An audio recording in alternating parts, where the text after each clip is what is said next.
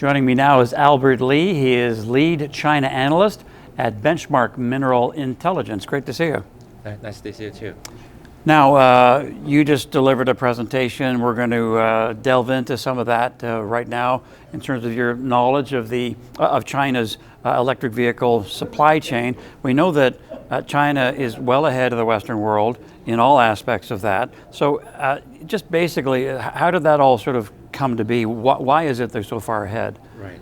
Yeah, so a little bit background history. So actually, U.S. started the subsidy for the hybrid since 2005, and then 2008 for the EV cars. But China only started the subsidy since 2016.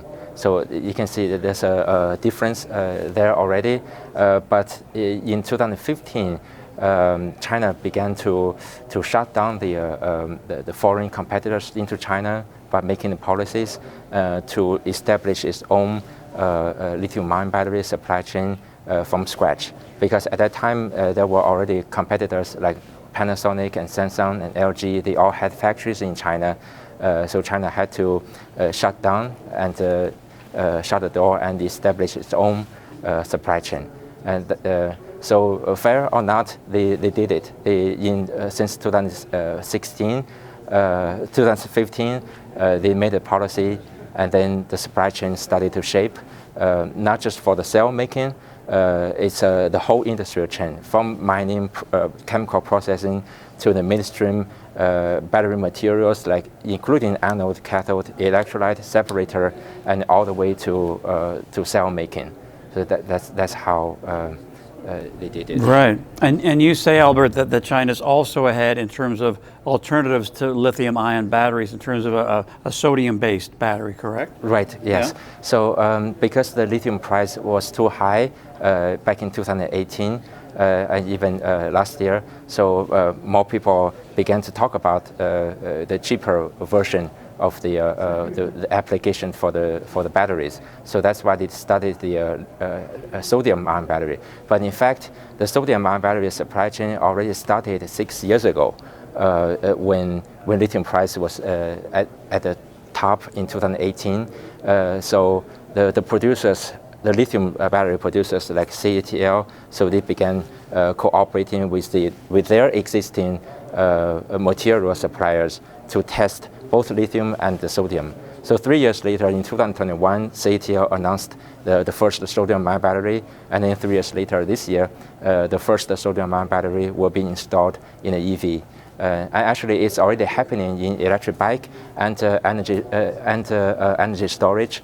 So now EV, and also for the China is again making policies to support this industry by banning the NCM chemistries in the low-end and mid-end energy storage. So that will leave only LFP and the sodium-ion battery in this energy storage application.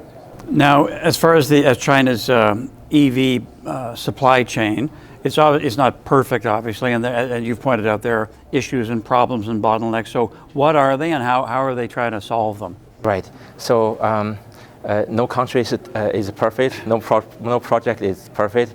Usually it will always delay because there were just too many unpredicted problems happening during the planning stage, construction stage, and even in the production stage.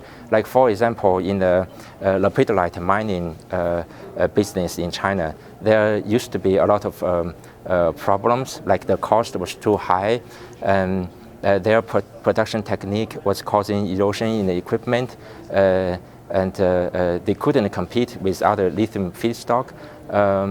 But they didn't give up. So they just keep testing, keep making technical advancement, and they like upgrading the production technique several generations even. And of course, there are still many other problems they need to deal with, especially the tailing, the waste during the production. I think that will be a major obstacle for the lepidolite mining production in future. Well, thank you very much for your insight today, Albert. Thank you. Appreciate it. Albert Lee, lead China analyst at Benchmark Mineral Intelligence.